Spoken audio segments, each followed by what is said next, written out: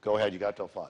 So, this book, Jet Ride to Hell, Journey to Freedom, is a chronicle of my 19 years, 6 months, a week, and a day in federal prison for stolen jet airplanes, multi-kilogram quantities of cocaine trafficking for the Cali cartel. Oh, God that's it? radically Wow. caught my attention in a prison cell in Leavenworth Penitentiary where you're not right with God. You're always just one heartbeat away from hell. You know, I was minding my own business on a private airfield in Boca Raton, Florida, with a stolen jet of Mercedes-Benz and a bag of cash, and the feds swooped in and ruined my orange juice morning, and thank God they did. It was in response to my mother's prayers. The hounds of heavens were sent out, and through a series of events over about 16 months, God finally apprehended my heart, not just my physical being in that cell. And in this book, it will teach you what God taught me on hearing his voice and obeying what he said. But let me share with you this. There's a 30-day challenge in the book, a 30-day challenge. Okay. And if you want miracles in your life, if you want to learn how to hear his voice and obey and see the miraculous released in your life, through your life, and unto others that God brings into your life, it's simply this.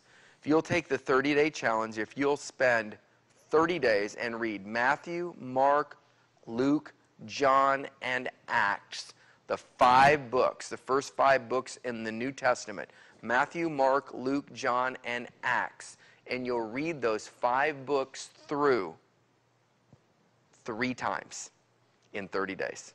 Okay. This is what will happen.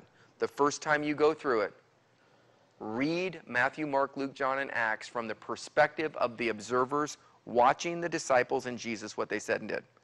The second time, take a different color marker and read it from the perspective of the disciples, of what they heard Jesus say and what Jesus had them to do. And the third time through, read it with a different color marker and highlight what the Holy Spirit shows you, but read it and look at it through the eyes of Jesus, what he would say and do.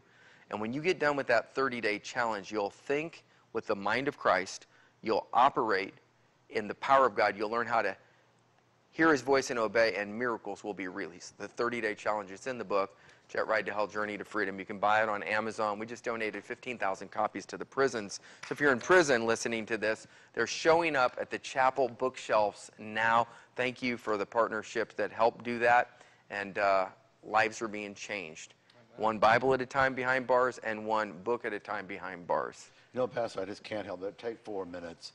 I feel like there's somebody that needs your help, maybe needs a word, needs some, maybe a healing process or whatever that is. Please take your liberty and speak to the people what God has on your heart. What is he showing you for this season? Can we do something? Can I use my liberty? Yes. Can you come up? I believe you have a word as well. She does. It will be after you get done. Okay. So this is what I just really sense. You could be in the dungeon of depression. It's a type of prison cell. You could be in the bastille of bitterness. You could be in the penitentiary of pride. You could have the handcuffs of hatred on your life. I knew a guy who got so angry because somebody spit on his car right after he had washed the car that he shot him and killed him. And now he's doing life in prison over a used automobile that he just washed. He had the handcuffs of hatred, and guess what? The rage in him reached out and got him a prison sentence. He can't drive the car now, and he's in prison for life, separated from his family. What is it that grabs a hold of you that has you in a prison? Are you in abstinence or are you in deliverance? Abstinence is you're abstaining, but you're still having a desire on the inside to go do it. Deliverance is you know you didn't set yourself free. Somebody came in the prison cell and took off the shackles of shame. Amen. You got out of the lockdown of lust not because you did anything, but because the one who set you free did it. Here's the difference. When you're in abstinence, you're looking at other people who are actually involved in it, and you look down on them religiously. But when you're in deliverance, you look down with compassion to help lift them up without judgment. If you're still looking down on people, might I suggest you're abstaining, but you're still bound.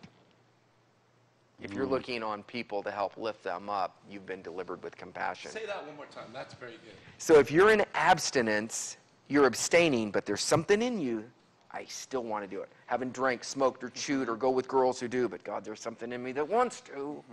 I haven't looked at pornography in 418 days. The difference is this. When you're delivered, 418 days ago, Jesus delivered me. It's not what me, myself, and I, the unholy Trinity, have accomplished. Glory be to us. It's what he did, the Father, Son, and Holy Spirit, when he set you free. Glory be to him.